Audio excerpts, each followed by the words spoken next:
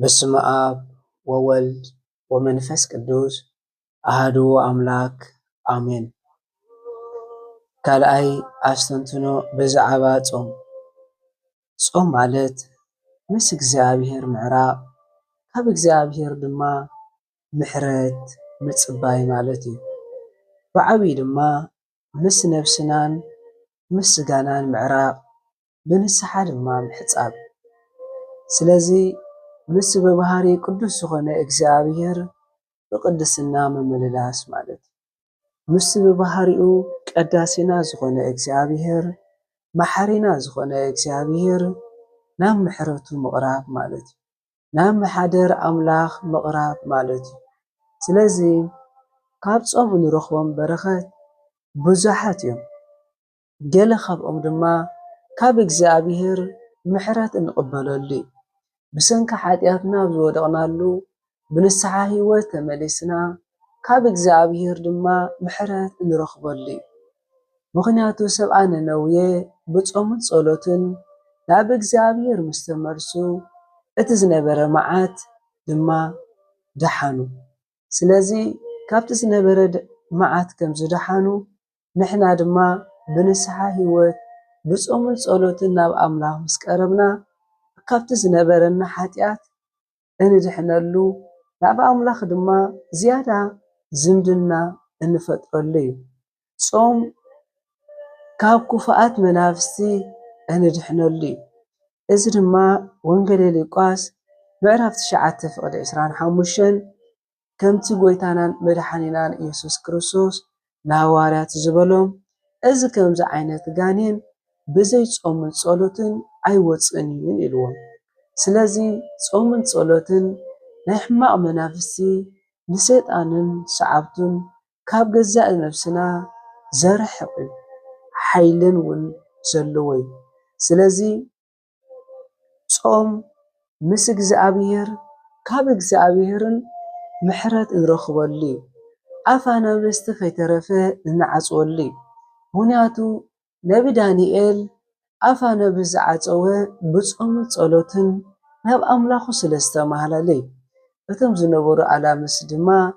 እቶም ዝነበሩ ኣናብስ ድማ ኣእጋሩ ዝሓስዎ ሰገድሉ እምበር ገለ እኳ ኣይገበርዎን። እንሆ ኣቦና ቅዱስ ሙሴ እውን ብጾምን ጸሎትን እዩ ንእግዚአብሔር ኣምላኽ ብምልማን ንእስራኤላውያን ካብ ዝነበረ ባርነት ስጋ ናብ ስፍርኦም ናብ ከነዓን ዘእተዎም። ስለዚ እቲ ዝነበረ ናይ ምድረ በዳ ጉዕዞ ብጾምን ጸሎትን ካብ እግዚአብሔር ድማ ዓብይ ጸጋ ዝተወሃበ ቅዱስ ኣቦና እዩ። 10 ትእዛዛት ድማ መምርሒታት ደቂ ሰባት ከመይ ክኸውን ከም ዘለዎ ተዋህበ።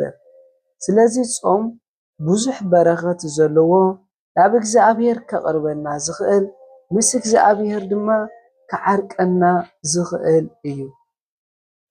ከምቲ ቦና ቅዱስ ዳዊት ንነብሰይ ብጾምን ጸሎትን ቀጻዕኽዋ ዝበለ ንስጋና እንቐጽዓሉ መንፈስና ልዕል ንብለሉ መንፈስና እንዓብየሉ ናብ ኣምላኽ ድማ ዝያዳ እንቐርበሉ እንተልዩ ጾም። ስለዚ ከዓ ሃዋርያ ቅዱስ ጳውሎስ እንተበላዕና ኣይንውስኽ እንተዘይበላዕና ኣይንልኪ ብልዐ ግና ኣብ ኣምላኽ ኣየብፅሐናን እዩ ዝብለና። ስለዚ ወዲ ሰብ ድማ ተፈጠርናሉ ንኣምላኽ ምምስጋን ጥራይ ዘይኮነ ብጾምን ጸሎትን እውን ምስ ኣምላኽ ማእታን ክንዘራረብ እዩ። እዚ ስለ ዝኾነ ከዓ እንሆ ወዲ ሰብ ዝተፈጥረ ብቃል ኣምላኽ ድማ ንኽነብር እምበር ብእንጀራ ጥራይ ንኽነብር ኣይኮነን ዝተፈጥረ ዝበለና ጎይታናን መድሓኒናን ኢየሱስ ክርስቶስ። ኣብቲ ቃሉ ድማ ከምዚ ይብለና ሰብ ካብ ኣምላኽ ብዝወፅእ ቃል ደኣ እምበር ብእንጀራ ጥራይ ክነብር ኣይተፈጥረን ዝብለና። እንሆ ወንጌል ማቴዎስ ምዕራፍ 4:4 ስለዚ ኦ ጎይታ ነቶም እተፍቅሮም ውልድካ ምእንቲ ክመሃሩ ንደቂ ሰባት ዘጽግቦም ዝተፈላለየ መግቢ ጥራይ ዘይኮነሲ ኣባኻ እሙናትን ንዓኻ ካብ ኩሉ ነገር እውን ዝሕልዎምን ቃልካ እዩ ይብል። ስለዚህ ካብ ኩሉ ክፉእ ነገር ዝሕልወና ቃል ኣምላኽ እዩ። ናብ ድሕነት ስፍራ ዘንብረና ኣብ ናይ ሓጎስ ስፍራ ንኽነብር ኣብ ናይ ቅድስና ስፍራ ንኽነብር ዘንብረናን ዝሕልወናን ቃል ኣምላኽን ብጾምን ጸሎትን ድማ ብምንባርን እዩ። ስለዚ ኸ ኣብዚ ነገር እዚ ኣብ ጾም ዘድልየና ነገራት ግን ብዙሓት ኣለዉ። ብፍላይ ክንጥንቀቐሎም ዘለና ከምቲ ሓብ ሓደ ክርስቲያን ጾም ክንፀውምን ክንጽልን እንከለና ኣብ ጾም ግፍዒ የለን። ክንፀውምን ክንጽልን እንከለና ከም ክርስቲያን መጠን ኣብ ጾም ኣብ ጸሎት ግፍዕን የለን። ግፍዒ እንተሃልዩ ግና እቲ ጸሎትና ሙሉእ ኣይክኸውንን እዩ። ኣብ ጾምና ድማ እናገፍዓና ንሰባት ንፀውም እንተሊና ንሰባት እናሓመና ንፀውም እንተሊና እዚ ቅድሚ ኣምላኽ ድማ ቅቡል ኣይክኸውንን እዩ።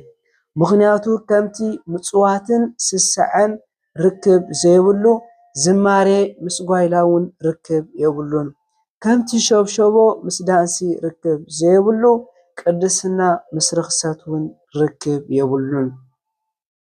ከምቲ ሐዋርያ ቅዱስ ጳውሎስ ብመንፈስ ተመላለሱ እሞ ኃጢአት ኣይክሰርሑ ዝበለና እንሆ ብመንፈስ ክንነብር ክንመላለስን እዩ እቲ ቀንዲ መልእኽቱ።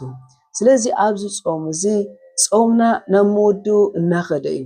ስለዚ ጾም እዚ ምስ ኣምላኽና ተዓሪቕና ዶ ናብ ልብና ተመሊስና ዶ ጽሩይ ልብኸ ዓዲልና ዶ ከምቲ ቦና ቅዱስ ዳዊት ዝበሎ ኦ እግዚአብሔር ጽሩይ ልቢ ፍጠረለይ ጽኑዕ መንፈስ ድማ ኣብ ውሽጠይ ይሓድስ ዝበሎ እንሆ ናብ ኣምላኽና ርእስንና ኣድኒና ተመሊስና ዶ ብንስሐ ህይወት ተሓፂብና ዶ ብቅዱስ ቁርባን ተሓቲምና ዶ እንተሲ ከም ቀደማያ እዛ ጾም እዚኣ እውን ናብ ምውዳኣ ትኸይድ ዘላ።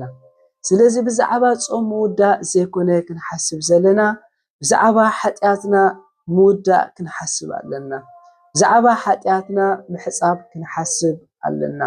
ስለዚ ስድራ እግዚአብሔር ጾምና ኣብ ምውድኡ እዩ። ግን ካብ ኃጢአትና ይውዳእ ኣሎ ዶ ምስኡኸ ተሓፂምና ዶ ብንስሐ ህይወት? ስለዚ ሐዋርያ ቅዱስ ጳውሎስ ከምዚ ዝብለና እምበኣርከስ ኣቱም ፍቁራተይ እዚ ኩሉ ተስፋ እዚ ካብ ዝህልወና ካብቲ ስጋን መንፈስን ዘርክስ ዘበለ ኩሉ ርእስና ነንጽህ ንኣምላኽ እናፈራህና ከዓ ብቅድስና ፍጹማት ንኹን ይብለና።